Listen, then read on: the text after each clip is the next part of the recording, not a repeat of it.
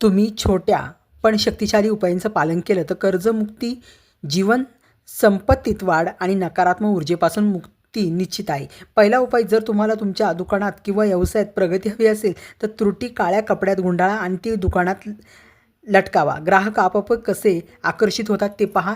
लक्ष्मी तुमच्याकडे चालून येईल.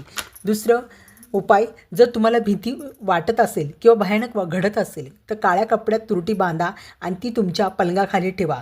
तुमची भीती आपोआपच नाहीशी होईल.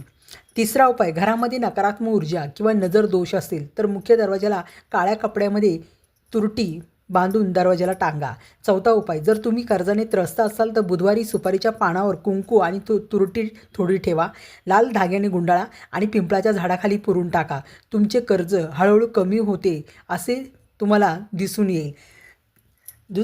पाचवा उपाय, तुम्हाला कोणाची नजर लागली असेल किंवा लोक तुमच्यावर जळत असेल तर तुम्ही तुमची प्रगती बघून तर तुम्ही 7 वेळा त्रुटी स्वतःवरून उतरून अग्नीत जाळून टाका. खूप फरक पडेल.